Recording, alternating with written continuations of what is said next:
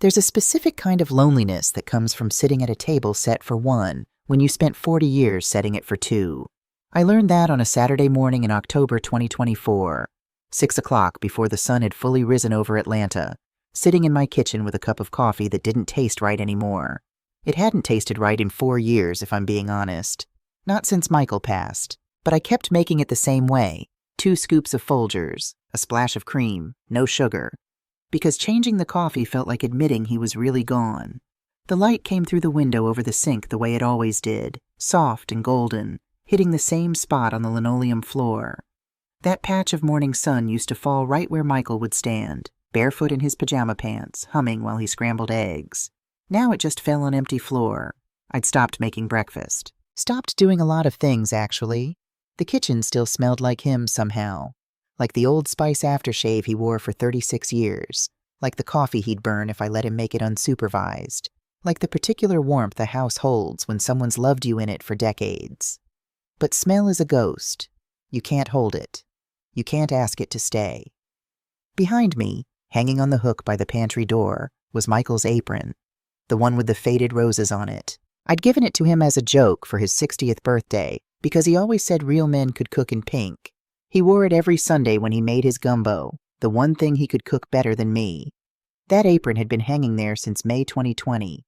4.5 years. I couldn't bring myself to wash it because it still held his smell, and I was terrified that if I washed it, I'd lose that too. I was 65 years old. I'd worked as a nurse for 38 years. Night shifts, double shifts, holidays, births, deaths, everything in between. I'd held the hands of dying patients and whispered comfort to their families. I'd learned how to spot pain before people even knew they were hurting. But I never learned how to spot it in myself. That morning, sitting alone with my coffee, I didn't know that I was about to lose everything I didn't even realize I still had. The money I'd saved. The house Michael and I bought together. My daughter's love. My sense of who I thought I was. But maybe some part of me knew. Maybe that's why I sat there so still, so quiet. Like I was waiting for something I couldn't name. Let me tell you how it started. Not that morning. Earlier. Back when the world still felt whole. Before the slow unraveling began. Let me tell you about the life I built, so you'll understand what it meant when it all came down. I met Michael Hughes on a Sunday in June 1984 at the Mount Zion Baptist Church on Auburn Avenue. I was 25 years old, just finishing up nursing school at Gracie, working weekend shifts at the hospital, and spending what little free time I had at church because my mama insisted that a young woman living alone in Atlanta needed Jesus and community, in that order. Michael was 29. He'd just started teaching history at Booker T, Washington High School, and he played piano for the church choir. That's where I first saw him, sitting at that old upright piano, his long fingers moving across the keys like they were having a conversation with God. He was playing His Eye is on the Sparrow, and I remember thinking that I'd never heard anyone play hymns like they were love songs before. After the service, there was a potluck in the fellowship hall. I'd brought my mama's peach cobbler, the recipe she'd made me memorize before she'd let me move out. And I was standing by the dessert table when Michael walked up, still wearing his church clothes. Navy slacks, white shirt, tie loosened at the collar.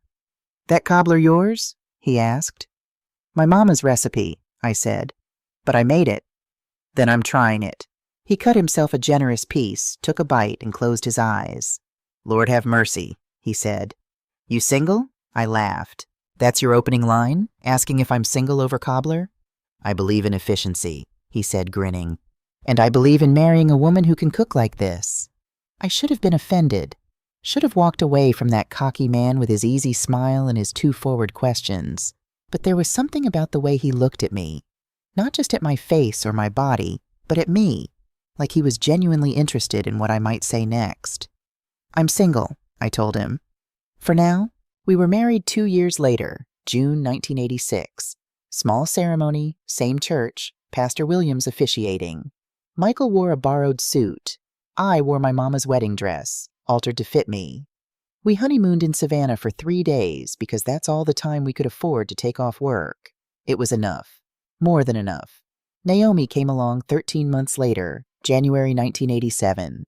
7 pounds, 3 ounces, with Michael's long fingers and my stubborn temperament. Michael cried when they put her in his arms. great big tears rolling down his face, and he whispered, "Thank you, Jesus. Thank you for my girls." I thought we'd have more children. We tried, but Naomi's birth had been complicated. I'd hemorrhaged, needed emergency surgery, and the doctors told us there wouldn't be any more babies. For a while I mourned that. Mourned the children who would never exist, the siblings Naomi would never have. But Michael said, "God gave us the one we were meant to have. That's enough, baby. She's enough." And he was right. She was. We bought our house in Grant Park in 1989, a 3-bedroom bungalow with a front porch and a backyard just big enough for a garden. The neighborhood was mixed back then, black and white families, retirees, and young couples starting out. We scraped together the down payment with money we'd been saving since we got married, every spare dollar tucked away in a coffee can in the back of the pantry. The house needed work. The porch sagged. The kitchen cabinets were ancient. The backyard was nothing but red Georgia clay and weeds. But it was ours. Michael spent that first summer fixing the porch, teaching himself carpentry from library books. I spent it turning that clay wasteland into a garden. I planted tomatoes, green beans, okra, and in the far corner, against the back fence, I planted lavender. My grandmother had grown lavender in South Carolina, where I was born, and I remembered the smell of it from childhood summers, sweet and clean and peaceful. Michael thought I was crazy. "Baby," he said, "lavender doesn't grow in Atlanta. It's too hot." "Then I'll water it twice a day," I told him. "I'll give it shade. I'll make it work." And I did. That lavender thrived. Every summer it bloomed purple and fragrant, and every summer Michael would shake his head and say, "I stand corrected. You're magic." Those were good years. Simple years. We didn't have much money. A teacher's salary and a nurse's wages didn't go far, even back then, but we had enough. We had Sunday dinners after church. We had Naomi's school plays and Michael's piano recitals. We had slow summer evenings on the porch, drinking sweet tea and watching the fireflies come out. Michael bought a rocking chair at a yard sale, solid oak, a little beat up, and he put it on the porch. Every evening after dinner, he'd sit in that chair with a book and read. History books, mostly. Biographies of Frederick Douglass, W.E.B. Du Bois, Martin Luther King Jr. He'd read out loud sometimes, sharing the good parts with me while I weeded the garden or shelled peas. That chair creaked. A specific spot right under his weight made this low groaning sound. Michael used to joke, "That's my seat singing, baby. It knows I'm home." Naomi grew up in that house. She learned to ride her bike on our street. She did her homework at the kitchen table while I made dinner between shifts. She helped me plant new tomatoes every spring and harvest them every summer. She was our whole world, and we were hers. I worked night shifts at Grady Memorial, 12-hour shifts from 7 p.m. to 7 a.m., 3 or 4 nights a week. It was hard work, physically exhausting, emotionally draining, but it paid better than day shifts, and we needed the money. Michael took care of Naomi on those nights. He'd make her dinner, help with homework, tuck her into bed, and then he'd stay up reading until I got home at 8 in the morning, so I wouldn't walk into an empty house. "You don't have to wait up," I'd tell him. "I know," he'd say, "but I want to." That was Michael. He never did things because he had to. He did them because he wanted to, because he loved us, because that's who he was. By 2012, we'd been married 26 years. Naomi was 25, living in her own apartment in Midtown, working at a marketing firm. Michael was 56, still teaching at Washington High with 9 years until retirement. I was 53, tired but still going, still working those night shifts. We'd managed to save money over the years, not a lot, but steadily. Every paycheck, we'd put aside what we could. By 2012, we had almost $60,000 in savings. We'd also paid off the house in Grant Park. No mortgage, no debt. We were stable. Michael came home one evening in April with a newspaper, the classified section circled in red pen. "What's this?" I asked. "An investment opportunity," he said, grinning like a kid with a secret. The listing was for a rental property, a small 2-bedroom house on Ponce de Leon Avenue in the Virginia Highland neighborhood. The owner was selling it for $215,000. It needed some work, but the bones were good, and the location was solid. "Michael," I said slowly, "we don't know anything about being landlords." "We can learn," he said. "Baby, think about it. If we rent this place out, we could make $2,400, maybe $2,500 a month. That's almost $30,000 a year in rental income. By the time we retire, this house could be our cushion. I was skeptical, but Michael had a way of making dreams sound reasonable, possible even. So we went to look at the house. It was perfect. Small, yes, but well built. Hardwood floors, good plumbing, a fenced yard. The neighborhood was gentrifying, young professionals moving in, coffee shops and restaurants opening up. The owner was an older white man, retired, moving to Florida. He wanted a quick sale. We offered $215,000. He accepted. We used our savings for the down payment and took out a mortgage for the rest. Spent the summer fixing it up, Michael doing the painting and minor repairs, me scrubbing floors and planting flowers in the front yard. By August, we had our first tenants. A young couple, both teachers who loved the house and paid on time every month. Michael was right. The rental income gave us breathing room. It wasn't enough to quit our jobs, but it was enough to stop worrying so much about money. Enough to think about retirement as something real, something achievable. "See?" Michael said, sitting on the porch in his rocking chair, watching the sunset. "I told you, we're going to be just fine, baby." I believed him. The cracks started small, so small I didn't notice them at first. Naomi got married in 2015 to a man named Jerome Washington, a nice enough guy, worked in IT, wore glasses, laughed easily. We liked him. The wedding was small, at the same church where Michael and I got married. Naomi looked beautiful in her dress, and Michael cried walking her down the aisle, just like he'd cried the day she was born. "My baby girl," he whispered to me at the reception. "All grown up." But the marriage didn't last. By 2018, Naomi and Jerome were divorced. She didn't tell us much about it, just called one evening and said, "It didn't work out, Mama. We wanted different things." I tried to get her to talk about it. "Baby, what happened? Are you okay?" "I'm fine," she said, her voice tight. "I don't want to talk about it." And she didn't. Not to me, not to Michael. She just closed up. The phone calls became less frequent. Once a week became once every 2 weeks, then once a month. When we did talk, the conversations were surface level. Work was fine. Her apartment was fine. Everything was fine. Except it wasn't. I wanted to push, to ask more questions, to drive to her apartment and sit her down and make her talk to me the way she used to when she was little. But I didn't. I told myself she was an adult, that she needed space, that pushing would only drive her further away. Michael said, "She's finding herself, Amanda. Give her time. She'll come back when she's ready." I wanted to believe him.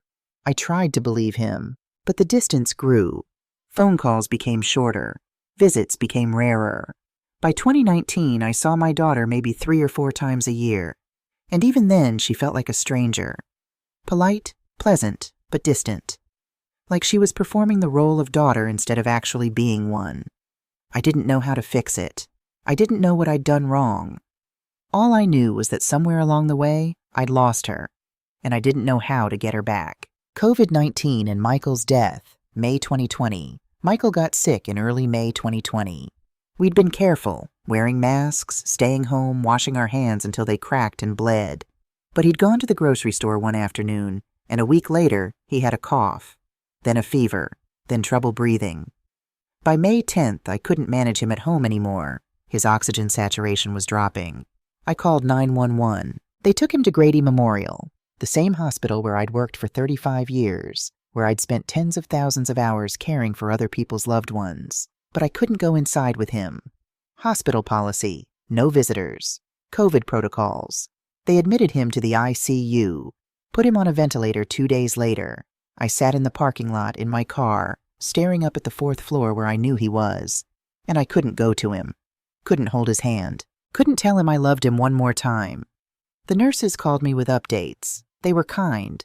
I knew some of them, had worked alongside them, but their kindness couldn't change what was happening. Michael wasn't responding to treatment. His lungs were failing. His kidneys were shutting down. On May 18th at 3:47 in the morning, they called and told me to come. "If you want to say goodbye, you need to come now." They let me in. Gowned, masked, gloved, isolated. I sat beside his bed and held his hand through the latex. His eyes were closed. The ventilator breathed for him, a mechanical rhythm that sounded nothing like life. "Michael," I whispered. "Baby, it's me. I'm here." He didn't open his eyes, didn't squeeze my hand back. I talked to him anyway, told him about the lavender blooming in the backyard, told him I'd made peach cobbler that week, his favorite, told him Naomi was on her way. She wasn't, but I didn't want him to die thinking she hadn't come. At 4:22 a.m., his heart stopped. Just like that. 40 years of loving someone, and then they're gone, and you're still sitting there holding their hand, and nothing makes sense anymore. They gave me his wedding ring, his watch, the clothes he'd been wearing when the ambulance brought him in. I drove home in the dark, with his things in a plastic bag on the passenger seat, and I couldn't cry, couldn't scream, couldn't feel anything except this vast, hollow emptiness. When I got home, the sun was coming up. The lavender was blooming, purple and beautiful, just like I'd told him. I stood in the backyard and stared at it, and thought about how Michael had said I was magic because I'd made it grow. But I wasn't magic. I couldn't bring him back. Naomi came for the funeral, stayed 3 days, sat beside me at the service, held my hand while they lowered the casket into the ground. She cried, deep, wrenching sobs that shook her whole body. And I held her and thought, this is the closest we've been in years. This is what it took. After the funeral, she went back to her life, back to her apartment in Midtown, back to her job, back to the distance. And I stayed. In the house Michael and I built together. In the garden he'd helped me plant. Sitting on the porch in his rocking chair, listening to it creak, trying to remember what it felt like when he was still alive to hear it sing. Year 1, I retired 3 weeks after Michael's funeral. I hadn't planned to retire early. Michael and I had talked about it. We were going to wait until I turned 65, another year and a half, so I could get my full pension. But after he died, I couldn't go back to Grady. Couldn't walk those hallways where I'd spent 38 years. Couldn't put on scrubs and take care of other people when I couldn't even take care of myself. My supervisor understood. "Amanda," she said, her voice gentle over the phone, "take all the time you need. Your job will be here when you're ready." But I knew I'd never be ready, so I filed the paperwork. Took early retirement. My pension came out to $2,800 a month, less than if I'd waited, but enough to live on when combined with the rental income from the Ponce de Leon house. The tenants had been there for 8 years, never missed a payment. $2,400 a month, like clockwork. $2,800 plus $2,400. $5,200 a month. $62,400 a year. Combined with the $280,000 in savings Michael and I had accumulated over 4 decades, I was comfortable. Not rich, but secure. Or so I thought. Those first months after Michael died were a blur. I stopped sleeping regular hours. Would find myself awake at 3 in the morning, sitting in the kitchen, staring at nothing. Would fall asleep at noon in Michael's rocking chair on the porch, wake up disoriented as the sun set. The house felt wrong, too big and too empty at the same time. Every room held memories. Michael reading in bed, Michael making coffee, Michael's shoes by the door. I couldn't escape him. Couldn't escape the fact that he was gone. Naomi called twice a week at first. Short calls, surface conversations. "How are you doing, Mama?" "I'm managing, baby. How's work?" "Busy. You eating enough?" "I'm eating." We never talked about grief. Never talked about the fact that she'd lost her father and I'd lost my husband, and we were both drowning in it. We just performed these ritual check-ins, like we were reading from a script neither of us believed anymore. In August, Naomi forgot my birthday. I turned 61 on August 14th. I didn't expect a party. Who celebrates birthdays during a pandemic with their husband 3 months in the ground? But I thought maybe she'd call, maybe send a card. Nothing. 3 days later, my phone rang. "Mama, oh my God, I'm so sorry, I completely forgot. Work has been crazy and..." "It's fine, baby," I said. And I meant it, or I tried to mean it. "Don't worry about it. I'll make it up to you. I'll come visit soon, I promise." She didn't visit. That first Christmas without Michael, I thought about not celebrating at all. What was the point? But some stubborn part of me, the part that had kept the lavender alive for 30 years, refused to give up completely. So I bought a small tree, decorated it with the ornaments Naomi had made as a child. Construction paper stars, popsicle stick angels, a clay handprint from when she was 5. I made a full Christmas dinner. Ham, collard greens, mac and cheese, cornbread, sweet potato pie. the whole traditional spread. Then I sat at the table alone looking at all that food, and I couldn't eat any of it. I'd called Naomi 3 weeks earlier. "Baby, are you coming home for Christmas?" A pause. "Mama, I don't think that's a good idea. COVID is spiking again. Travel isn't safe." "You could drive. I just think it's better if I stay here this year. You understand, right?" I did understand. I understood that she didn't want to sit in this house full of Michael's ghost. I understood that being here hurt her the same way it hurt me. I understood, and yet some selfish part of me wanted her to come anyway. Wanted her to sit with me in the pain instead of running from it. But I didn't say that. I said, "Of course, baby. You stay safe." On Christmas Day, I ate dinner alone, packed up the leftovers, threw most of them away 3 days later when I still couldn't bring myself to eat them. Gloria Jenkins, my best friend since nursing school, came by once a week. She'd bring groceries, sit with me on the porch, let me talk or not talk, whatever I needed. "You doing okay, Amanda?" she asked one afternoon in February 2021, 9 months after Michael's death. "I don't know," I said honestly. "I don't know what okay feels like anymore." "You grieving," she said. "That's normal." "It doesn't feel normal. It feels like drowning." Gloria took my hand. "Then let people throw you a rope. You don't have to swim alone." But I did feel alone. Desperately, achingly alone. Michael was gone. Naomi was distant. The house echoed with absence. And I didn't know how to ask for help because I'd spent 38 years being the one who helped other people. By March 2021, Naomi's calls had dropped to once a week, sometimes less. I stopped calling her first. Some stubborn pride made me wait for her to call me. Sometimes she did. Sometimes she didn't. I started volunteering at Mount Zion Baptist Church, teaching financial literacy classes to seniors on Sunday afternoons. It was ironic, really, teaching other people how to protect their money, how to spot scams, how to keep their adult children from taking advantage of them. I taught them about power of attorney documents. "Don't sign anything you haven't read thoroughly," I'd say, "even if it's family asking, especially if it's family asking." The seniors would nod, taking notes, trusting my expertise. I wish I'd listened to my own advice. Year 2, in April 2021, Naomi called with news. "Mama!" Her voice was bright, excited, more animated than I'd heard in months. "I met someone." My heart lifted. "You did? Tell me about him." "His name is Darius King. God, Mama, he's amazing. Smart, successful, treats me like a queen. We met at a networking event for work." "What does he do?" "Real estate investment. He owns properties all over Atlanta, residential, commercial. He's really doing well for himself." Real estate investment. That sounded impressive. Stable. "How long have you been seeing him?"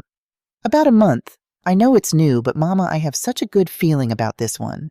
A month. That felt fast to be this excited. But I remembered how I'd felt about Michael in the beginning, like the world had suddenly come into focus. Who was I to judge? "I'm happy for you, baby," I said. "I'd love to meet him." "Soon," she promised. "I want to make sure it's serious first." Over the next few months, Naomi talked about Darius constantly. The restaurants he took her to, the weekend trips to Savannah, to Charleston, how he'd surprised her with flowers at work, how he listened to her, really listened, in a way Jerome never had. I was glad she was happy, glad she'd found someone who made her smile. But I also noticed that the more she talked about Darius, the less she asked about me. "How are you doing, Mama?" became a formality, something she asked and then talked over before I could really answer. "I'm okay," I'd start to say, and she'd interrupt. "That's good. Hey, I have to tell you what Darius did yesterday." I let her, because her happiness felt fragile, precious, and I didn't want to weigh it down with my grief. In July, Naomi finally brought Darius to meet me. They drove down on a Saturday afternoon. I'd spent the morning cleaning the house, cooking, making my mama's fried chicken, collard greens, cornbread. The kind of meal you make when you're trying to impress someone, or maybe when you're trying to prove you're still capable of something. Naomi knocked on the door at 2 o'clock. When I opened it, she looked radiant. Hair done, makeup perfect, wearing a sundress I'd never seen before. Beside her stood a tall man in his late 30s, dark-skinned, well-dressed in slacks and a button-down shirt. He had a smile that showed all his teeth, confident and practiced. "Mama, this is Darius," Naomi's voice sang with pride. Mrs. Hughes. Darius extended his hand. His grip was firm, his palm slightly damp. It's an honor to finally meet you. Naomi's told me so much about you. All good things, I hope, I said, stepping back to let them in. Only the best. His voice was smooth, rehearsed.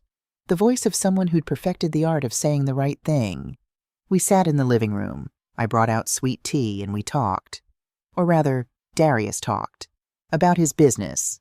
Commercial properties mostly, some residential. About the market in Atlanta. About his plans to expand into Savannah and Augusta. How long have you been in real estate? I asked. About 12 years now. My parents started the business and I took over operations about 5 years ago. Your parents still involved? Somewhat. They're semi-retired now. Let me handle the day-to-day. But they're still active in major decisions. It all sounded impressive, professional, but something felt off, though I couldn't name what. Maybe it was the way he talked. Too polished, like he was giving a presentation instead of having a conversation. Maybe it was the watch on his wrist that caught the light. Expensive looking, but my years at Grady had taught me to spot the difference between real luxury and good imitation. That watch wasn't real, but I smiled, nodded, asked appropriate questions, because Naomi was happy, and that mattered more than my vague unease. Over dinner, Darius complimented everything. The chicken was perfect. The greens were the best he'd ever had. Mrs. Hughes, you should open a restaurant. I'm retired, I said, done with working. Well, you earned it. Naomi told me you were a nurse for almost 40 years. That's dedication. It was a good career, I said, helped us build a stable life. Stability is everything, Darius said. That's what I tell Naomi. Build your foundation right, and everything else follows. After dinner, I walked them to the door. Naomi hugged me, a quick, perfunctory embrace, and whispered, What do you think? He seems nice, I said, because what else could I say? My daughter was 34 years old. If she wanted to date this man, my approval or disapproval wouldn't change that. He is nice, Mama. Really nice. She squeezed my hand. I think this might be it. I think he might be the one. I watched them drive away, Darius behind the wheel of a BMW that also looked expensive, but had a dent in the rear bumper that suggested it might not be as well maintained as it appeared. That night, I sat on the porch in Michael's rocking chair and tried to figure out what was bothering me. Darius had said all the right things, been polite, respectful, attentive to Naomi. So why did I feel uneasy?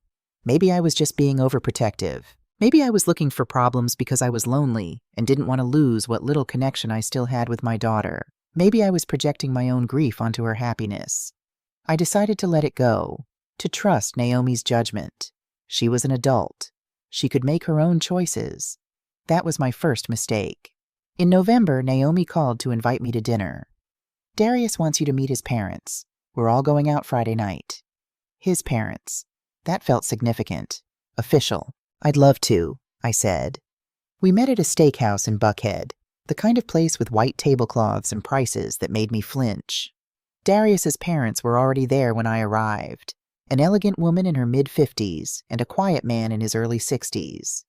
Mrs. Hughes! The woman stood and embraced me like we were old friends. I'm Lisa Monroe King. Call me Lisa. And this is my husband, James. James shook my hand, murmured something about the weather, and sat back down. He was a man of few words, clearly, content to let his wife carry the conversation. Lisa did most of the talking throughout dinner. About the family business. We started King Properties 22 years ago, built it from nothing. About how proud they were of Darius. He's taken the company to new heights. About how thrilled they were that he'd found Naomi. She's exactly the kind of woman we hoped he'd meet. It all felt choreographed, like they'd rehearsed this dinner. Lisa's enthusiasm felt forced. James barely engaged. And when I watched them together, I noticed they didn't have the easy familiarity of a couple married for decades. They didn't finish each other's sentences, didn't share private glances, didn't have that wordless communication Michael and I had developed over 40 years. But I told myself I was being paranoid. Not every couple showed affection the same way. Not every marriage looked like mine had. We're planning to give the kids a gift, Lisa said over dessert. $250,000. Help them start their life together, right? I nearly choked on my coffee. That's very generous. Family takes care of family, Lisa said, smiling. $250,000. My entire life savings was $280,000, accumulated over 4 decades of careful saving. And these people were giving that much as a wedding gift? Either they were incredibly wealthy, or something was very wrong. I should have asked more questions, should have pushed harder. But I didn't, because I didn't want to be the suspicious mother-in-law. Didn't want to ruin Naomi's happiness with my doubts. That was my second mistake. Year 3, in March 2022, Naomi called with news I'd been half expecting. Mama, he proposed. My stomach did something complicated, a mix of happiness for her and dread I couldn't quite name. That's wonderful, baby. Congratulations. I know it's fast. We've only been together 10 months. But when you know, right? Michael and I had dated for 2 years before getting married. But times were different now. People moved faster. If you're happy, I'm happy, I said. I am. I really am, Mama. He's good to me. He makes me feel safe. Safe.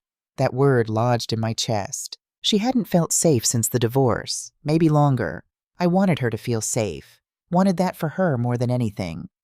When's the wedding? We're thinking October 2023. Small ceremony, close family only. Nothing fancy. 18 months away. That felt reasonable. Time to plan, time to be sure. Over the next few months, Naomi and I talked more than we had in years. Not about anything deep, not about Michael, not about her divorce, not about the distance between us, but about wedding plans. Colors, flowers, venues, surface things that kept us connected without requiring us to be vulnerable. Then in June, she called with a different kind of request. Mama, I need to talk to you about something. Her tone was serious. My nurse instincts kicked in. That ability to sense when someone is about to deliver bad news. What's wrong? Nothing's wrong. Actually, something's really right. Darius and I have been talking, and I want to open my own business. A business? What kind of business? A children's boutique. High-end kids' clothing, toys, educational materials. I've been researching the market, and there's real demand for it in Atlanta. Darius has been helping me with the business plan. A business. Naomi had never mentioned wanting to own a business before. She'd seemed content with her marketing job. That's a big undertaking, I said carefully. I know, but Mama, I'm ready for something of my own. Something that's mine, you know? And Darius thinks it's a great idea. His parents think it's a great idea. They've already said they'd be willing to invest. How much are you looking to raise? A pause. Then, $50,000. My breath caught. $50,000. That's a lot of money, baby. I know. But I've done the research. I've got a solid business plan, projected revenues, expense breakdowns, everything. And Darius's parents have already committed $25,000. I just need to find another investor for the remaining $25,000. Half of what I had in my savings account right now. A quarter of my total life savings. Can I see the business plan? I asked. Of course, I'll email it to you today. But Mama, her voice shifted, softened. I need to know if you believe in me. And there it was, the question underneath the question, the one I couldn't answer wrong without damaging what little relationship we still had. Of course I believe in you, baby. Then will you help me? Will you invest? I closed my eyes, thought about Michael, about how he'd always encouraged Naomi's dreams, about how he'd probably say yes without hesitation, because that's who he was. Let me look at the business plan, I said. Let me think about it. Thank you, Mama. Thank you so much. The business plan arrived in my email that evening. 15 pages, professionally formatted. Market analysis, financial projections, competitor research. It looked legitimate, impressive even, but I'd spent 40 years in hospitals learning to read between the lines, learning that things that looked good on paper didn't always translate to reality. I wanted to have it reviewed by someone who understood business, but I didn't know who to ask. Gloria's son worked in finance. Maybe I could ask him? But before I could reach out, Naomi called again. Did you get the plan? What do you think? It looks good. I'm just... Mama? Her voice tightened. Do you trust me or not? That question again, framed as trust when really it was about money. Of course I trust you. Then show me. Show me you believe in me the way Dad always did. The way Dad always did. The comparison stung, intentional or not. Michael had always been the encouraging parent, the one who said yes. I'd been the practical one, the one who worried about money and stability. And maybe that's why Naomi had always been closer to him than to me. I thought about the lavender in my garden, how Michael had said it wouldn't grow, but I'd made it grow anyway through sheer determination. Maybe Naomi had inherited that from me. Maybe she could make this work. All right, I said. I'll invest $25,000. Her squeal of delight came through the phone. Really? Oh my God, Mama, thank you. You won't regret this, I promise. I'm going to make you so proud. I'm already proud of you, baby. And I was. That was the truth. I was proud of her for wanting something of her own, for having the courage to try. The money was just money. I could afford it. I had enough. Or so I thought. 2 weeks later, Naomi came by with paperwork. Investor agreements, LLC operating documents for something called Naomi's Nest Boutique. All very official looking. Just sign here and here and here, she said, pointing to highlighted lines. I started to read the documents. Dense legal language, pages of terms and conditions. Mama, Naomi's voice had an edge. Do you not trust me? I'm just trying to understand. You know what? Forget it. She started gathering the papers. If you don't believe in me, if you think I'm trying to scam you or something. Naomi, stop. I didn't say that. You didn't have to. I can see it on your face. You think this is a mistake. That's not. Dad would have signed without hesitation. He would have believed in me. There it was again. The comparison. The implication that I was the lesser parent, the one who didn't love her enough, support her enough. I took the pen, signed all 3 documents without reading them fully. Thank you, Naomi said, her voice soft again. You won't regret this, Mama. I promise. She left with the signed papers. I went to my bank the next day and wired $25,000 to the account she'd specified for Naomi's Nest Boutique, LLC. $25,000. Gone in a single transaction. But it was an investment, I told myself, in my daughter's future, in our relationship. I wish I'd known that the boutique would never exist, that the money would disappear into something else entirely, that I'd just taken the first step toward losing everything. Year 4. The year started with me getting sick. February 2023. What began as a cold turned into something worse, a deep, rattling cough that wouldn't quit, fever that spiked to 102, exhaustion so profound I could barely get out of bed. I tried to wait it out, stubborn as always, but after 4 days, Gloria came by, took one look at me, and drove me straight to Grady Memorial Emergency Room. Pneumonia, severe enough that they admitted me. I spent 4 days in a hospital bed on the 4th floor, the same floor where I'd worked for 35 years, being cared for by nurses I'd trained. The irony wasn't lost on me. Naomi came to visit on day 3. I was drifting in and out of fever dreams, my temperature at 102.5, my body so weak I could barely lift my head. Hey, Mama. She sat in the chair beside my bed, looking worried. How are you feeling? Been better, I whispered. My throat was raw, my voice barely audible. The nurse said you should be able to go home in a couple days. She reached into her bag and pulled out a folder. I brought some paperwork for you to sign. Paperwork? Just routine stuff. Insurance forms, medical consent documents. You know how hospitals are. They need signatures for everything. I blinked at the papers she set on the tray table beside me. The words swam in my vision, fever making it impossible to focus. What is this? Insurance stuff, Mama. Making sure they can treat you, that sort of thing. And there's a medical power of attorney form, just in case something happens and you can't make decisions for yourself. It's standard. Medical power of attorney. That made sense. I was 64 years old, widowed, no other family except Naomi. If something happened, she'd need to be able to make medical decisions for me. Where do I sign? Here, and here, and here. She pointed to highlighted lines on 4 different documents. My hand shook as I signed. The pen felt heavy. My signature looked nothing like it normally did. Shaky, illegible, the mark of someone too sick to really know what they were doing. Good, Naomi said, gathering the papers. That's done. Now you just focus on getting better, okay? Okay, baby. I closed my eyes, exhaustion pulling me under. She kissed my forehead and left. I didn't think about those papers again, not until 6 months later, when it was far too late. I went home on February 22nd, still weak but recovering.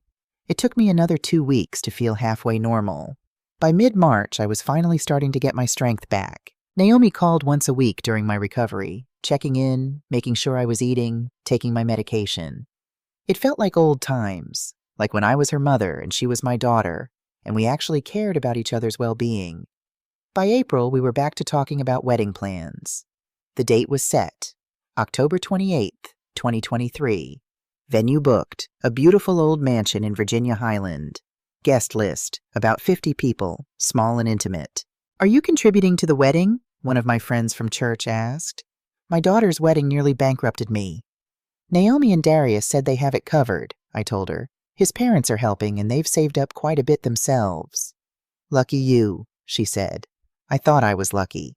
Thought my daughter had found a good man with a good family, and they didn't need my money because they had their own.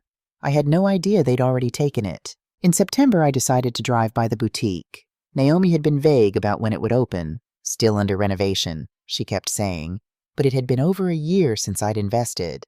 Surely it must be close to finished. I'd asked for the address months ago. She'd texted it to me.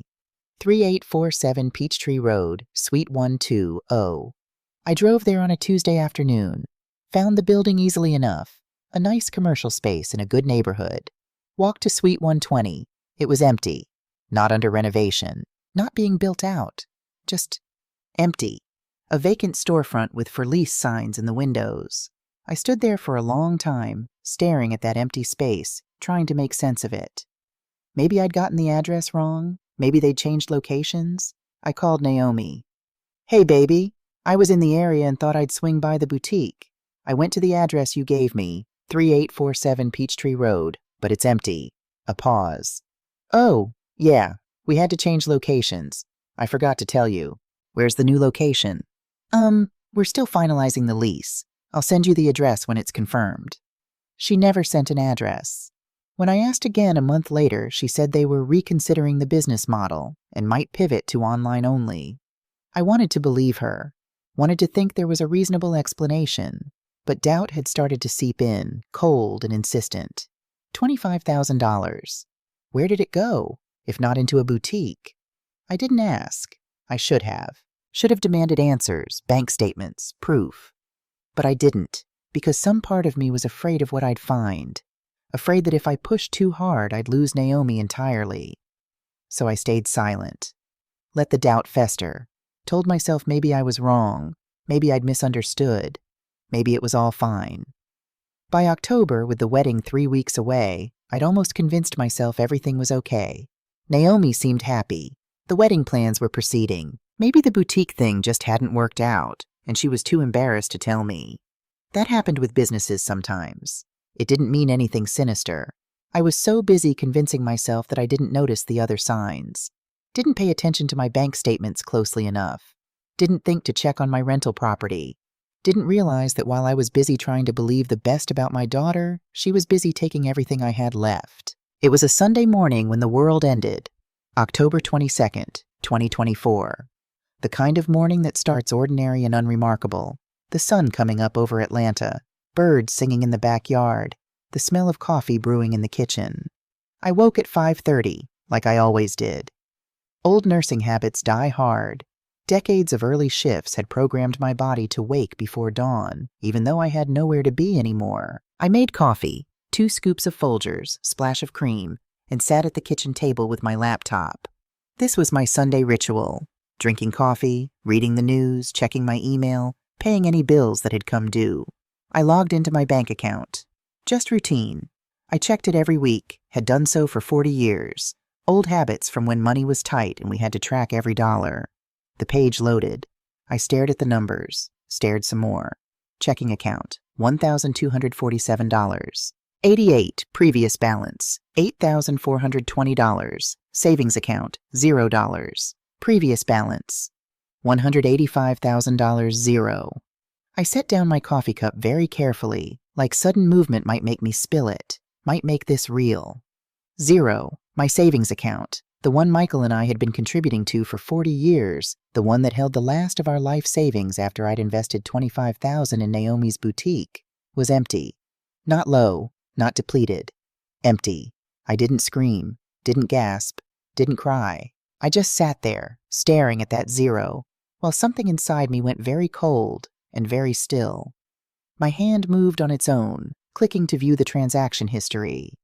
October 18th, 2024, 10:47 a.m. transfer, minus $75,000, to account ending in 4892, Naomi M. Hughes, Washington.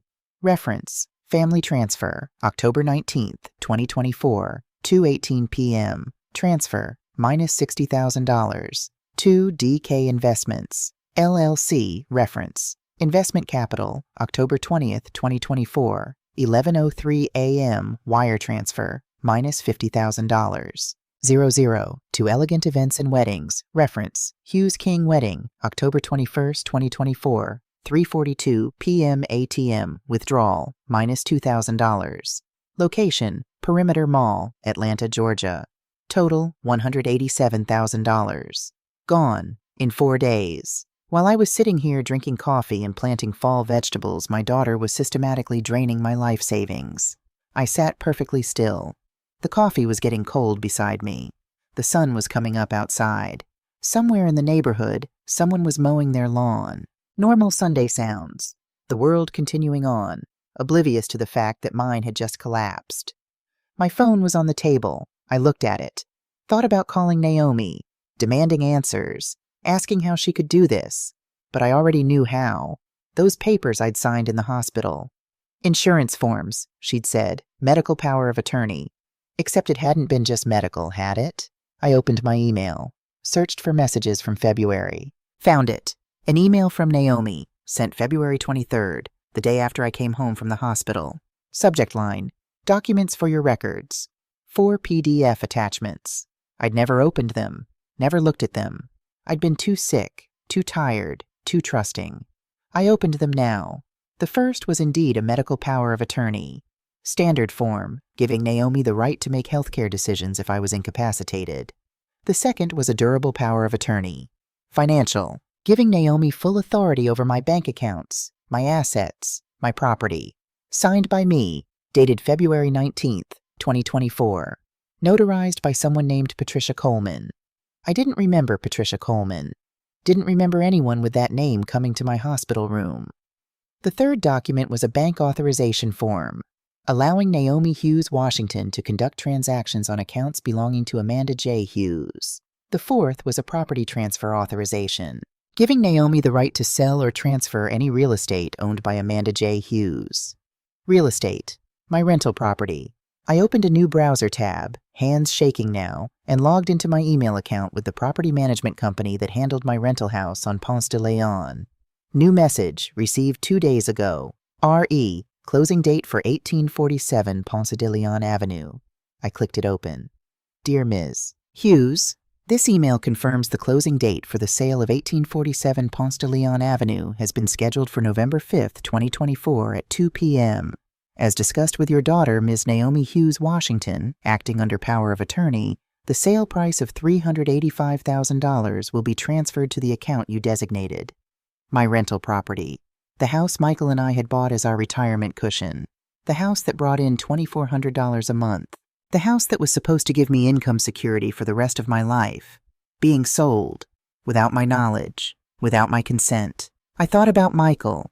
About how we'd walk through that house together in 2012, planning our future.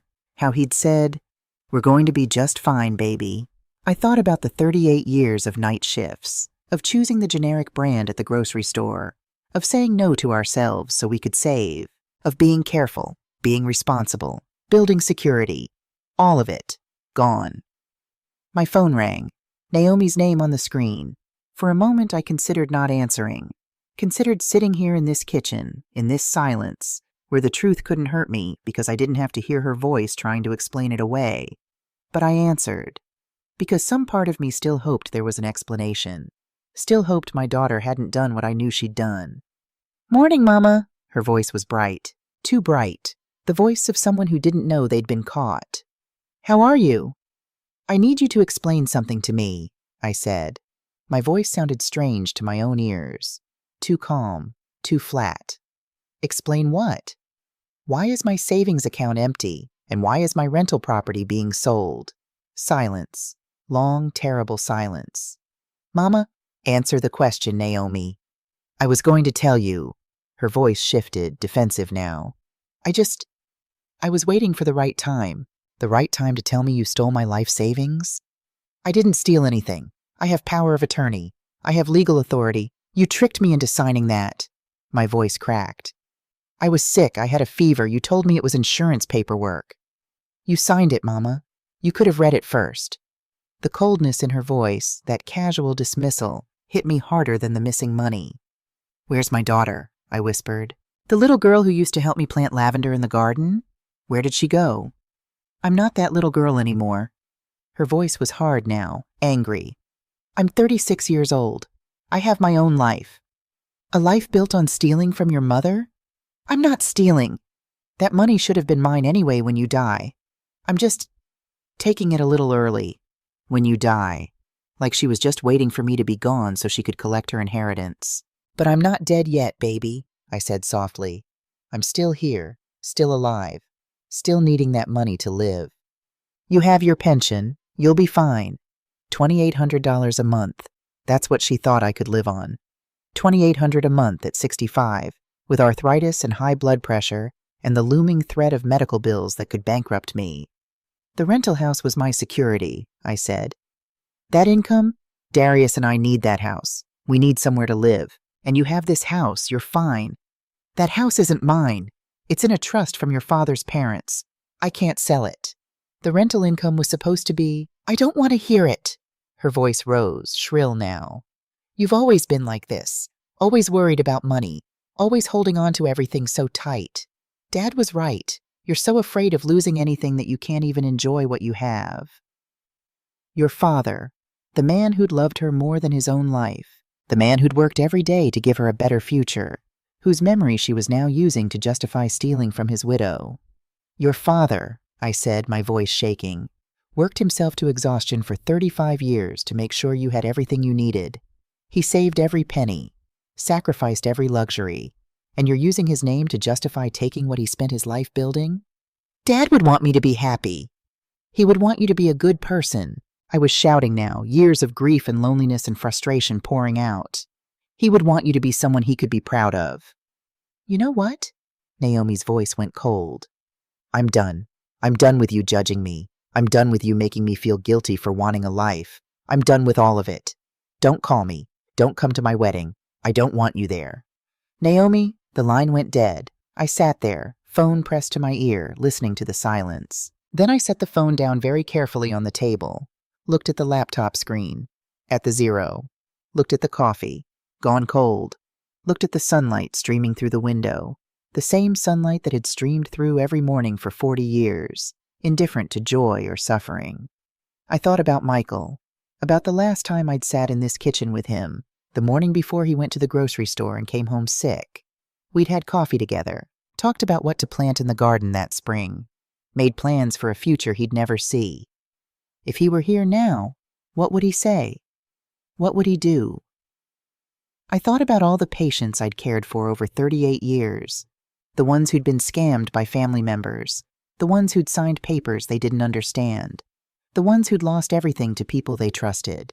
I'd felt sorry for them, wondered how they could be so naive, how they could let it happen. Now I knew. They'd let it happen the same way I had, through love, through trust, through the terrible desire to believe that the people you'd given your life to wouldn't destroy you with it. I stood up, walked to the back door, stepped out into the garden. The lavender was still there. 34 years old now, the original plants long since replaced by their offspring, but still blooming, still surviving. I knelt in the dirt beside it, touched the purple flowers. They smelled the same as they had when I first planted them, back when Naomi was 2 years old and life felt full of possibility. I don't know what to do, I whispered to the flowers, to Michael's ghost, to God, to whoever might be listening. I don't know how to survive this. The flowers didn't answer. The morning didn't change.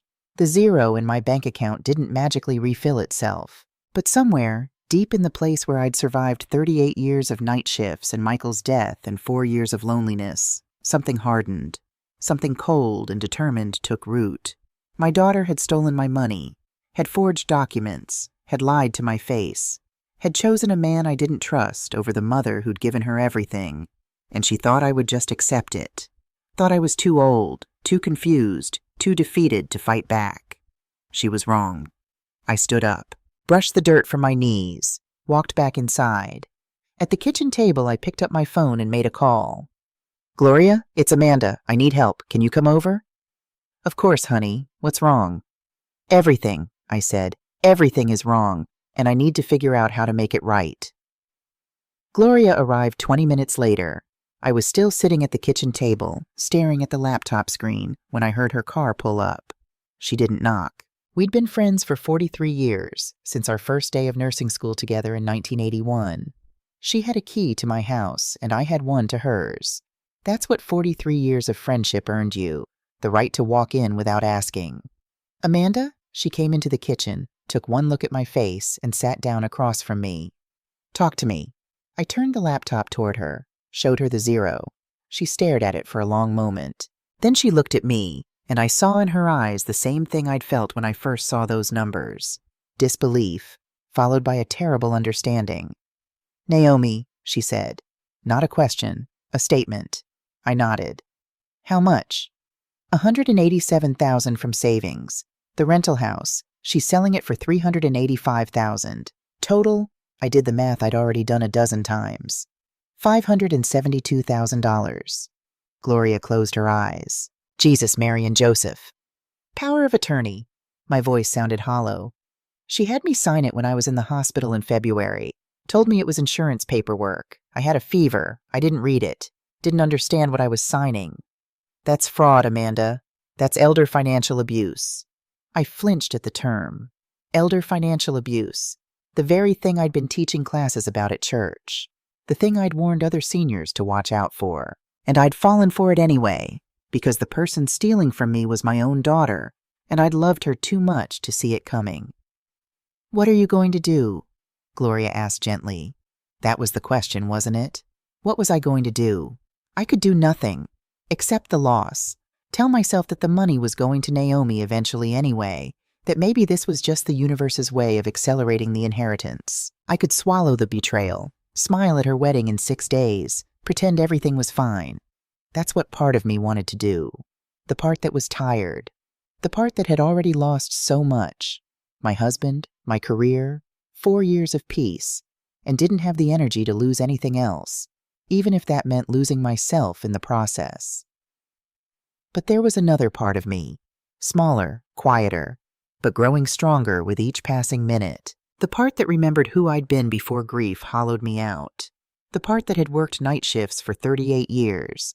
The part that had kept Lavender alive in Georgia heat through sheer stubbornness. That part of me was angry. "I'm going to fight," I said. Gloria reached across the table and took my hand. "Then I'm fighting with you." We started with a lawyer. Gloria knew someone, Keisha Thompson, an attorney who specialized in elder law and financial abuse. Gloria had met her at church, and Keisha had given a presentation once about protecting seniors from scams. The irony wasn't lost on me. I'd been to that presentation, had nodded along, thinking, this will never happen to me. I'm too smart, too careful. Monday morning, October 23rd, I sat in Keisha Thompson's office on Peachtree Street. The office was small but professional, law books lining one wall, framed degrees on another. Keisha herself was a black woman in her mid-50s, with gray streaked locks pulled back from her face and eyes that had seen enough suffering to recognize it instantly. "Tell me everything," she said. So I did. The hospital stay, the papers Naomi had brought, the transactions I'd discovered, the rental property being sold. All of it, laid out in chronological order, while Keisha took notes and asked careful questions. When I finished, she sat back in her chair and was quiet for a long moment. "Mrs. Hughes," she finally said, "this is textbook elder financial abuse. Your daughter obtained power of attorney through fraudulent means. You were incapacitated by illness. She misrepresented the documents, and there's a strong argument that you lacked the capacity to understand what you were signing. Can I get the money back?" "We can try. We'll need to file a police report first. This is a criminal matter. Fraud, forgery, financial exploitation of a vulnerable adult. The district attorney will decide whether to prosecute." My stomach twisted. If they prosecute, what happens to Naomi? Keisha's expression softened. If convicted, she's looking at significant prison time. Georgia takes elder abuse seriously. Depending on the amount stolen, it could be anywhere from 2 to 20 years. 20 years. My daughter in prison for 20 years. I thought about Naomi as a child. 5 years old, helping me plant tomatoes in the garden. 10 years old, doing homework at the kitchen table while I made dinner between shifts. 16 years old, crying on my shoulder when her first boyfriend broke her heart. Could I do that to her? Could I be the one who sent my own child to prison? What if I just want the money back? I asked. What if I don't want to press charges? That makes it harder. In civil court, you'd need to prove fraud, prove she had no right to take the money. Even with a judgment in your favor, collecting could take years. And frankly, if she's already spent it... Keisha spread her hands. You might never see it again. So my choices are, lose everything or send my daughter to prison. I'm sorry. I know this is impossible. Impossible. That was the right word. An impossible choice between justice and mercy, between protecting myself and destroying my child.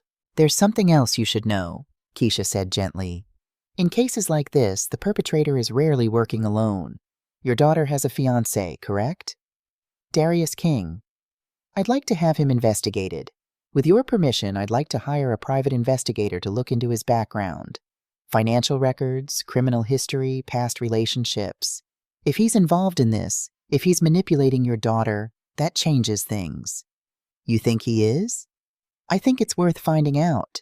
I thought about Darius, about the too smooth answers, the expensive watch that wasn't quite right, the parents who didn't quite feel like parents, about how Naomi had been fine before she met him, and how quickly everything had fallen apart after. Do it, I said.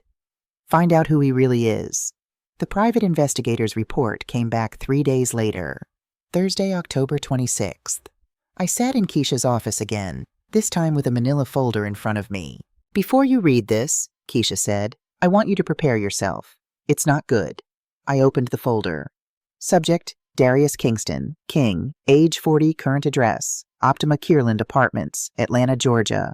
Criminal history, 2019, Denver, Colorado. Fraud, theft by deception. Victim Sharon Mitchell, age 62. Amount $78,000. Details. Subject claimed to need investment capital for family restaurant business. Victim provided funds. Subject disappeared. Warrant issued. Case remains open. 2021. Houston, Texas fraud. Theft by deception. Victim Patricia Coleman, age 58. Amount $52,000. Details. Subject claimed mother needed emergency surgery. Victim provided funds. Subject disappeared. Warrant issued. Case remains open. I stopped reading. Looked up at Keisha. He's done this before. Twice that we know of. Both times targeting older women. Both times using emotional manipulation and false urgency. Both times disappearing with the money. Does Naomi know? I doubt it. He's good at what he does. He creates elaborate cover stories, fake identities, fraudulent documentation. I kept reading. Family background investigation. Lisa Monroe, claimed mother. Real identity. Lisa Jennifer Monroe, age 57. Occupation, part-time actress, waitress. Hired July 2023. Payment, $2,200. Role pose as subject's mother at family dinners. James Porter, claimed father. Real identity, James Edward Porter, age 61.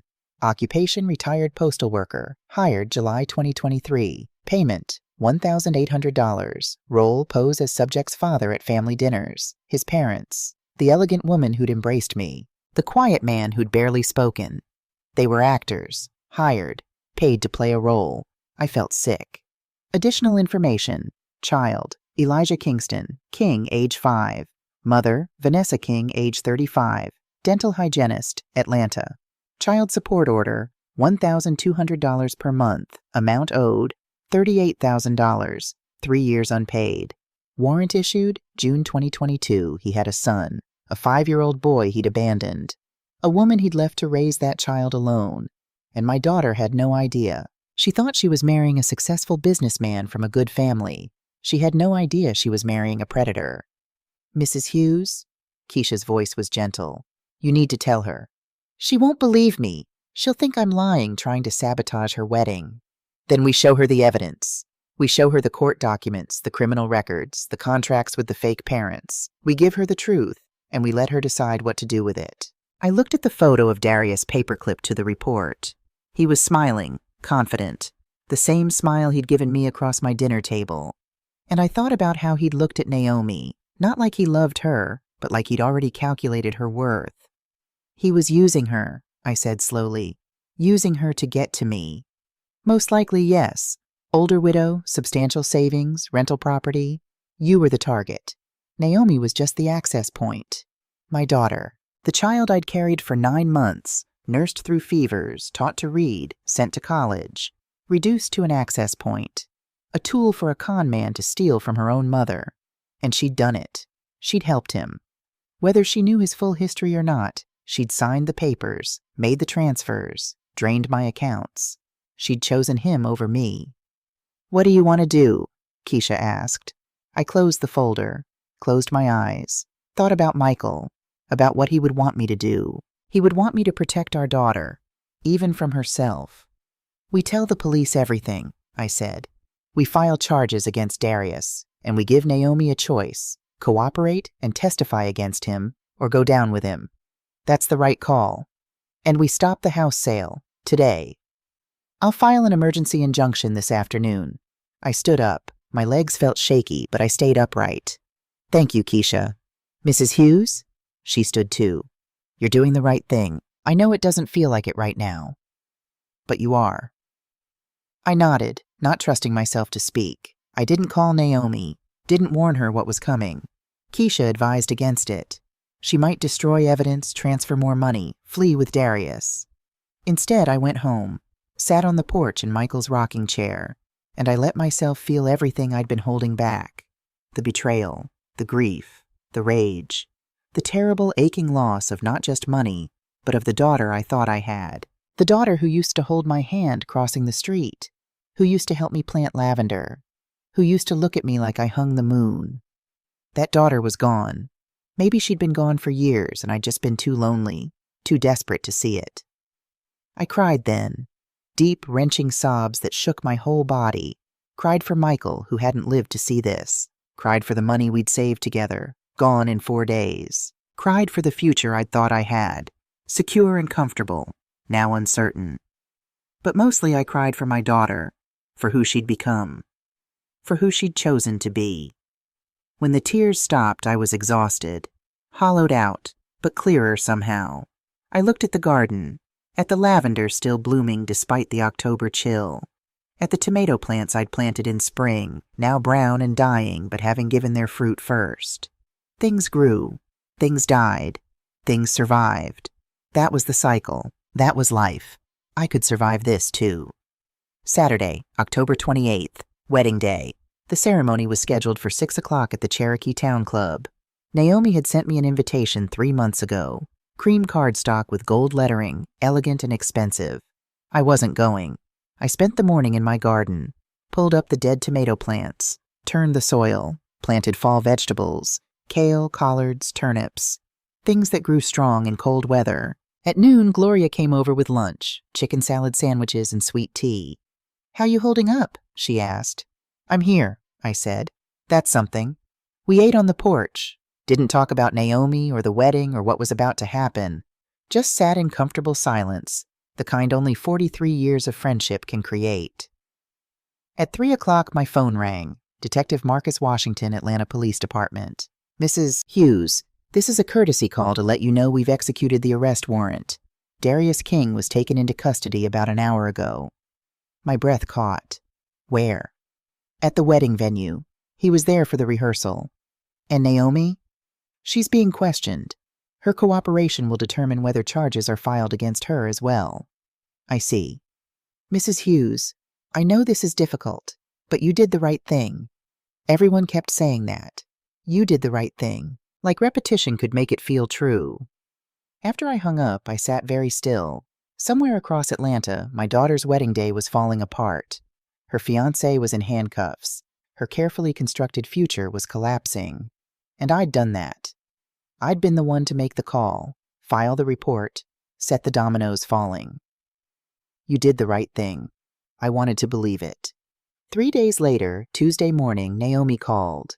I almost didn't answer. Almost let it go to voicemail, where I could listen to her voice without having to respond. But some part of me, the mother part that had spent 38 years responding to her cries, couldn't ignore her. Hello? Mama? Her voice was small, broken, nothing like the angry, defensive voice from our last conversation. Can we talk? I'm listening. Can I come over? Please? I should have said no. Should have told her to talk to her lawyer, to stay away, to leave me alone. But I heard myself saying, yes, come over. She arrived an hour later. I saw her through the front window, getting out of her car slowly, like she was hurt. And when she walked up to the porch, I saw why. She looked like she'd aged 10 years in 6 days. Dark circles under her eyes, hair uncombed, wearing sweatpants and an old t-shirt instead of her usual careful outfits. I opened the door before she could knock. Hi, Mama, she whispered. Come in. We sat in the living room, the same room where she'd sat with Darius just 4 months ago, when I'd met him for the first time, when everything had still seemed possible. I'm sorry, she said, not looking at me, looking at her hands in her lap, fingers twisting together. I'm so sorry, Mama, for everything, for the money, for the house, for what I said to you, for all of it. I said nothing, waited. I didn't know, she continued. Her voice was shaking now. About Darius, about his past, about the other women, about any of it. I thought he was real. I thought we were building a life together. You thought stealing from your mother was justified as long as it made you happy, I said quietly. She flinched. Yes, I did. I told myself you didn't need the money, that you'd be fine, that Dad would have wanted me to be happy. I convinced myself it wasn't really stealing because it was going to be mine anyway someday. But I'm not dead yet, Naomi. I know. She was crying now. I know, Mama, and I can't take it back. I can't undo what I did. I need you to know I see it now. I see how wrong it was, how much I hurt you.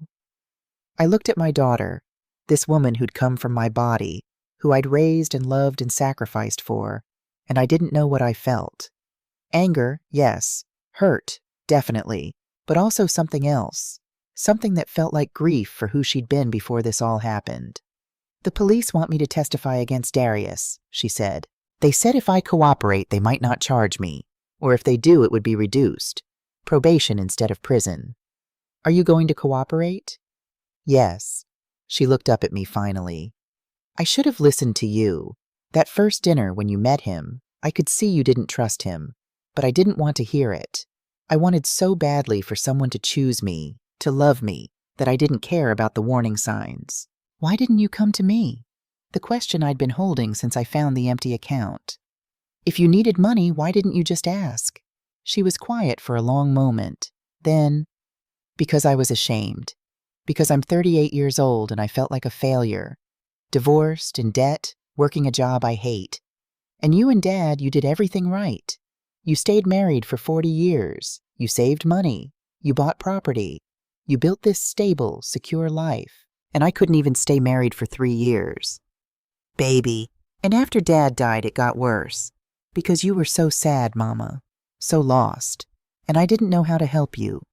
Didn't know how to be there for you when I was barely holding myself together. So I stayed away. And the longer I stayed away, the harder it was to come back. I understood that. The way distance compounds itself. How a missed phone call becomes a week, becomes a month, becomes a year. How shame builds walls. I was angry at you, she admitted, for surviving when Dad didn't. I know that's not fair. I know you didn't choose to live and him to die. But some irrational part of me blamed you anyway. And Darius, he knew that. He knew I was angry and confused and desperate, and he used it. He used all of it. You're not the only one he used, I said. There were others. Women he stole from, a woman he left with a 5-year-old son and $38,000 in unpaid child support. Naomi covered her face with her hands. I'm so stupid, how did I not see it? Because he was good at it. Because he told you what you needed to hear. I paused. But Naomi, you still made choices. He didn't force you to drain my accounts. He didn't force you to sell my house. You did those things. I know. And I don't know if I can forgive you for that. She nodded, tears streaming down her face. I don't expect you to. I needed you to know I'm sorry, and that I'm going to do whatever it takes to make this right. The money's gone, Naomi. The house sale is stopped, but the money from the accounts, you spent it on the wedding, on Darius's debts. It's gone. I'll pay you back, however long it takes. I'll get a second job. It would take you 20 years to pay back $187,000. Then it takes 20 years. She looked at me with something like desperation. Please, Mama. I know I don't deserve it, but please don't give up on me. I looked at this woman, my daughter, my child, this stranger who destroyed my security, and I felt something shift. Not forgiveness, not yet, but maybe the possibility of it, eventually. I'm not giving up on you, I said quietly, but I'm not going to let you destroy me either. Do you understand the difference? She nodded. You're going to cooperate with the police. You're going to testify against Darius. And you're going to accept whatever consequences come from what you did. I will.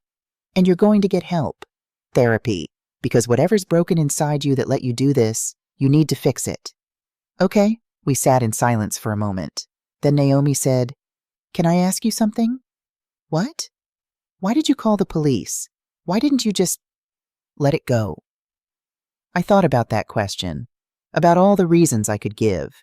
Because it was illegal. Because it was wrong, because I needed to protect myself. But the truth was simpler. Because if I'd let it go, I said, I would have lost myself, and I'd already lost too much. I couldn't lose that too. Spring came slowly to Atlanta that year. January was cold and gray. February brought ice storms that knocked out power for 3 days. March was unpredictable, warm one day, freezing the next. But by April, the world was green again. I stood in my garden on a Tuesday morning, coffee in hand, watching the lavender bloom. It was the 3rd week of April 2025, 6 months after my savings account had hit zero, and the purple flowers were as vibrant as they'd been 35 years ago when I first planted them. Some things endure, some things survive. The court case had concluded in February. Darius was sentenced to 8 years in federal prison for fraud, identity theft, and financial exploitation. He'd also been ordered to pay restitution, though Keisha warned me I'd likely never see that money. He's judgment-proof, she'd explained. No assets, no income. The court can order him to pay, but you can't get blood from a stone. So the money was gone. All of it. The $187,000 from my savings, the $25,000 I'd invested in the fake boutique, gone. But I'd kept the rental house. The emergency injunction had stopped the sale, and once Naomi's power of attorney was revoked, the property stayed in my name. $2,400 a month in rental income, plus my $2,800 in pension. $5,200 a month. I could live on that. Not lavishly, but I could live. Naomi had pleaded guilty to conspiracy and fraud in January. The judge, an older black woman with kind eyes and no patience for excuses, had sentenced her to 18 months in Arendelle State Prison, followed by 5 years probation. You betrayed your mother's trust, the judge had said. You exploited her grief and her love. That's not just illegal, Mrs. Washington. That's unforgivable. But the court also recognizes that you were manipulated by a skilled predator and that you've shown genuine remorse. So I'm giving you a chance to make this right. Don't waste it. 18 months. My daughter would be in prison until July 2026. She wrote to me once a week. Long letters, handwritten on lined paper, telling me about the therapy she was doing, the books she was reading, the women she'd met who were also trying to survive their mistakes. I wrote back, short letters at first, just acknowledging I'd received hers, asking if she needed anything. But slowly, over months, my letters got longer. I told her about the garden, about the financial literacy classes I'd started teaching again at church, about Gloria's grandson's wedding. Small things, normal things. I didn't say I forgave her. I wasn't sure I did yet. But I also didn't say I'd never forgive her. Because some part of me, the mother part, the stubborn part that had kept Lavender alive through Georgia summers, believed that maybe, eventually, we'd find our way back to each other. Or maybe we wouldn't. Maybe the relationship we'd had was gone forever, and we'd have to build something new from the ruins. I didn't know. I was learning to live with not knowing. On a Saturday morning in late April, I did something I hadn't done since Michael died. I took his rocking chair, the one that had sat on the porch gathering dust and mold for 5 years, and I cleaned it, scrubbed the mildew off the wood, oiled the joints, replaced the worn cushion with a new one Gloria helped me sew. Then I sat in it. The chair creaked. That same spot right under my weight, the low groan Michael used to call singing. "That's my seat singing," I whispered to the empty porch. "It knows I'm home." Except it wasn't his seat anymore. It was mine now. And I was home. Really home for the first time in 5 years. I sat there for an hour, rocking slowly, drinking coffee that finally tasted right again. Not because anything had changed. I still made it the same way. 2 scoops of Folgers, splash of cream. But because I'd changed. I'd survived. And somewhere in the surviving, I'd found myself again. I thought about Michael, about what he'd say if he could see me now. He'd probably say something annoying and wise, like, "Told you that lavender would survive." Or, "You're stronger than you think, baby." And he'd be right. I was stronger than I'd thought. Strong enough to lose everything and still be standing. Strong enough to hold my daughter accountable while still loving her. Strong enough to build a life from what was left. The garden was blooming. Lavender, yes, but also new things I'd planted over the winter. Roses, daisies, herbs. The tomatoes I'd planted in March were already showing tiny green fruits. By summer, I'd have fresh tomatoes again. By summer, I'd have a harvest. Some things take time. Some things require patience. Some things grow slowly, imperceptibly, until one day you look up and realize something beautiful has taken root. I rocked in Michael's chair, my chair now, and watched the morning unfold. A cardinal landed in the oak tree. A neighbor walked by with their dog. The sun climbed higher, warming my face. Gloria's car pulled up around 10. She got out carrying a bag from the bakery. "Brought you some of those pecan rolls you like," she called, walking up the path. "You're a saint." "I know." She sat in the other porch chair, the one I'd bought last week at a yard sale, so I'd have somewhere for visitors to sit. "How you doing today?" "Good," I said, and I meant it. "Really good, actually." "Yeah?" She studied my face. "You look different." "Different how?" "Like you're here, like you came back." I thought about that. Thought about the woman I'd been 6 months ago. Hollow, lost, sitting alone in a kitchen with a cup of cold coffee and an empty bank account. Thought about the woman I'd been 5 years ago, numb with grief, going through the motions of living without actually being alive. "I did come back," I said. "I don't know exactly when, but somewhere along the way I found my way home. We ate pecan rolls and drank coffee and talked about nothing important. And it was perfect. It was enough. Later that afternoon, I did something I'd been putting off. I went to Michael's grave. I hadn't been since the funeral. Couldn't bring myself to see his name carved in granite, the dates that proved he was really gone. But today felt right somehow. The cemetery was quiet. Warm spring sun filtering through oak trees, birds singing, the smell of fresh-cut grass. I found his headstone easily. Had it memorized? Michael James Hughes, 1955 to 2020. Beloved husband and father. I sat on the grass beside it, traced his name with my fingers. "Hey, baby," I said. "I know it's been a while." The stone didn't answer. The dead don't, but I talked anyway. "I should have come sooner. Should have told you about Naomi, about what happened. But I think maybe you know already. If there's a heaven and you're watching, you know." A breeze rustled the oak leaves. "She made a mistake, a big one. But she's trying to fix it. She's in prison now, and maybe that's what she needs. Time to figure out who she wants to be. Time to understand what she did."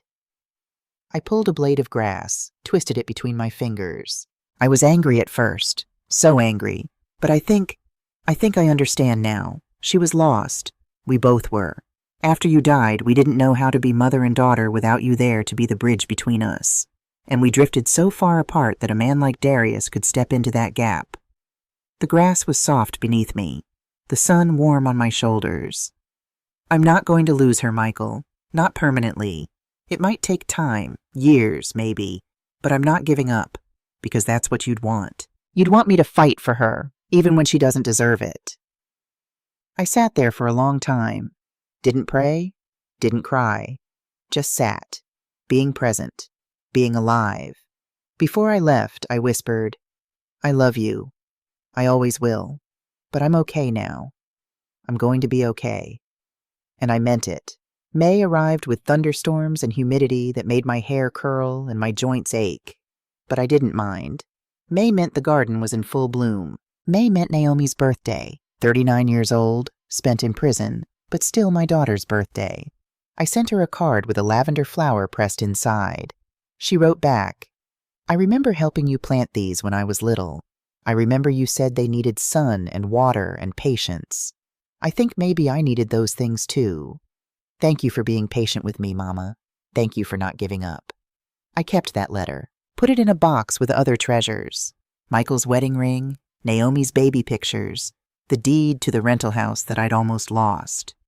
Evidence of survival, evidence of love, evidence that even when things fall apart, some things remain. On a Sunday morning in late May, I stood on my porch with my second cup of coffee, looking at the garden Michael and I had built together 35 years ago. The lavender was blooming purple and fragrant. The tomatoes were heavy with fruit. The roses I'd planted in January were opening their first blooms. I thought about the woman I'd been a year ago, lonely, defeated, unable to taste her coffee. I thought about the woman I'd been 6 months ago, sitting at a kitchen table, staring at a zero, wondering how to survive. And I thought about who I was now, 66 years old, retired nurse, widow, mother to a daughter in prison, woman who'd lost $500,000 to fraud, woman who'd been betrayed by the child she'd raised, but also survivor, fighter, gardener who kept lavender alive through heat and drought and neglect, woman who'd found her way back to herself. Pastor Raymond had asked me last Sunday if I'd be willing to speak at the financial literacy class, share my story, warn others about what I'd learned. I'd said yes, because that's what you do with suffering. You don't waste it. You don't bury it. You plant it like a seed and see what grows. I sat down in my rocking chair, the one that used to be Michael's, the one that still creaked in that same spot, still sang when I settled my weight. The coffee was hot and strong and tasted exactly right. A cardinal landed on the porch railing, bright red against the gray wood. It cocked its head, looked at me with one black eye, then flew off toward the oak tree. I watched it go, watched the way the sunlight caught its wings, the way it moved through space with absolute certainty, knowing exactly where it was going. I wasn't there yet, didn't have that kind of certainty, didn't know exactly how my story would end. But I knew this, I was here, still breathing, still growing things, still capable of joy on a Sunday morning with good coffee and blooming lavender. I'd lost money, I'd lost security, I'd lost the daughter I thought I had. But I'd found myself, and somehow that was enough. I don't know exactly when I came back to myself. It wasn't one moment, one decision. It was 100 small moments, 100 mornings choosing to get up, 100 times planting seeds even when I wasn't sure they'd grow. But one morning, maybe it was today, maybe it was weeks ago, I woke up and the coffee tasted right again. The sun felt warm instead of indifferent. The chair's creak sounded like singing instead of mourning. And I knew. I'd survived more than theft. I'd survived the loss of myself, and I'd found my way back, not to who I was before Michael died, not to the naive woman who'd trusted too easily, but to someone new, someone stronger, someone who knew that love didn't mean letting yourself be destroyed, someone who could sit in this chair, on this porch, in this garden that had survived 35 Georgia summers, and feel at peace. The cardinal came back, landed on the lavender. The purple flowers swayed under its weight, but didn't break. I raised my coffee cup to it.